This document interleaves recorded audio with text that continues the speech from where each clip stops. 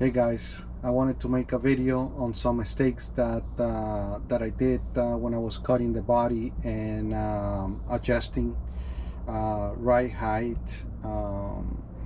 So in case that you're about to fit one of these bodies or even a different body on a car, hopefully it helps you out so you don't make the same mistakes that I did.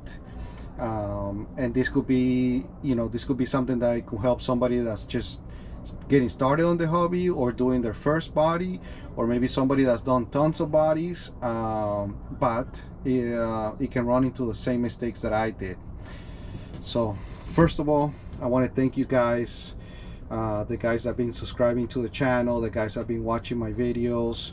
It is, my channel is new, although I'm not necessarily new to RC.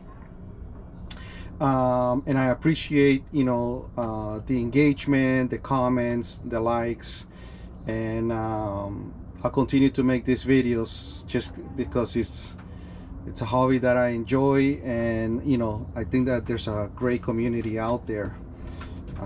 So thank you guys for that, and let me get started. Most of the mistakes that I made fitting the body have to do with ride height, and that's because when I cut the body, I was trying to go for a nice clean look. Like you can see, like on the wheel well, I cut the wheel well very close to the tire, and I adjusted the body to be very low. Definitely we're doing speed runs, more dynamic, etc.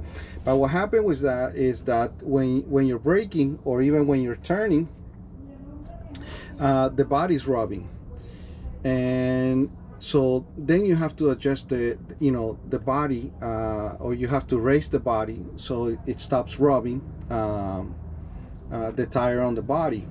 On the front, it's riding very low. On the rear, there's plenty of clearance, and you can see it there.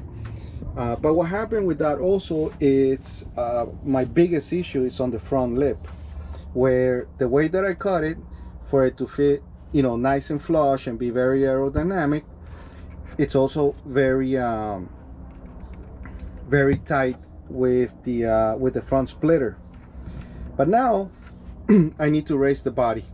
It's sitting too low, it's rubbing. It was also rubbing on the front. As you can see, I have some cracks there, and I actually put mesh or drywall tape, I should say, and shoe glue inside to make it stronger, and so it doesn't crack and completely ruin the body. I'll show you that now.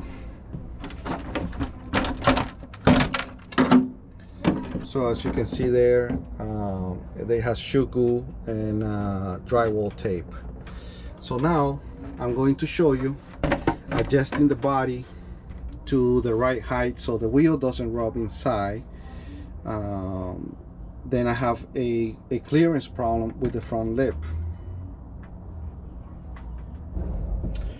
So now that I've adjusted the body and raised it a bit so we can have a gap here, and when it breaks it doesn't the splitter, you want the splitter to hit the ground before the wheel hits the body. But now that happens, I hope that you can see there's a big gap between the splitter and the body, and what's going to happen is that all that air is going to go inside, and the body is going to be like a parachute.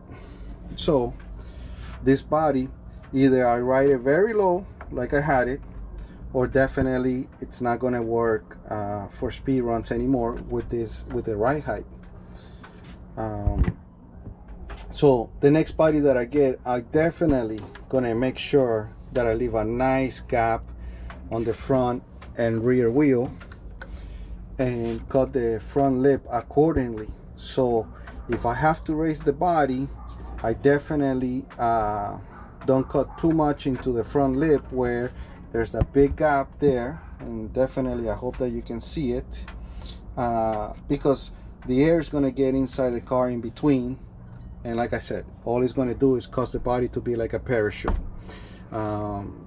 and also it's definitely going to run unstable, and I think that's what was going on the last time that I did the speed run.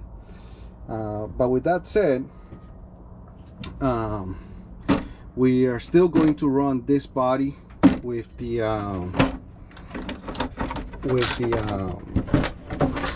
we are still going to run this body with the TP 1750, so we can try that out. And after that, I do have some upgrades that are going to go into this car. I want to make certain changes and see what works and maybe what doesn't work, or you know, what's worth it or not worth it. Like for example, I do have the Fast Eddy ceramic bearings that I'm going to swap afterwards, see if that makes any difference.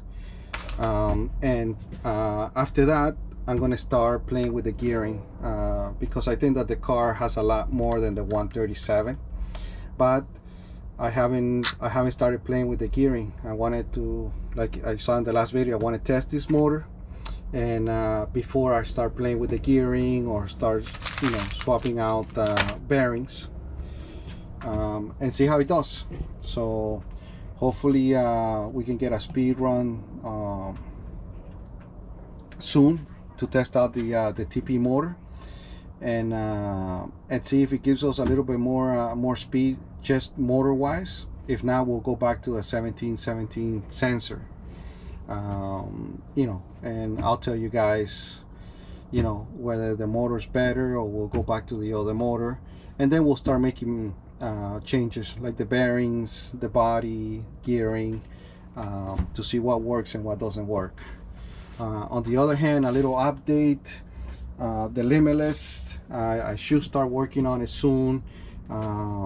We are going to install the 1717, although first we're going to swap out the bearings. We have brand new bearings for the motor, ESC Mama Monster X 8S, and try to finish that build and run the car. So that's it. I mean, this one more thing that I wanted to tell you guys.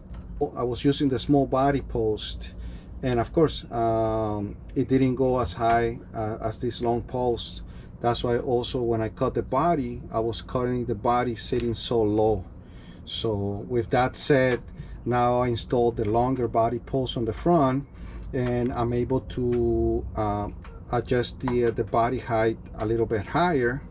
Of course, it's causing me that gap, but with the new body, I'm gonna set it up with this taller body post, so you know, I don't cut too much into the body. And that's basically, I think that's basically my mistake, and you know, the point that I wanted to make across is that I cut too much into the body without realizing that, you know, the body height was just too low.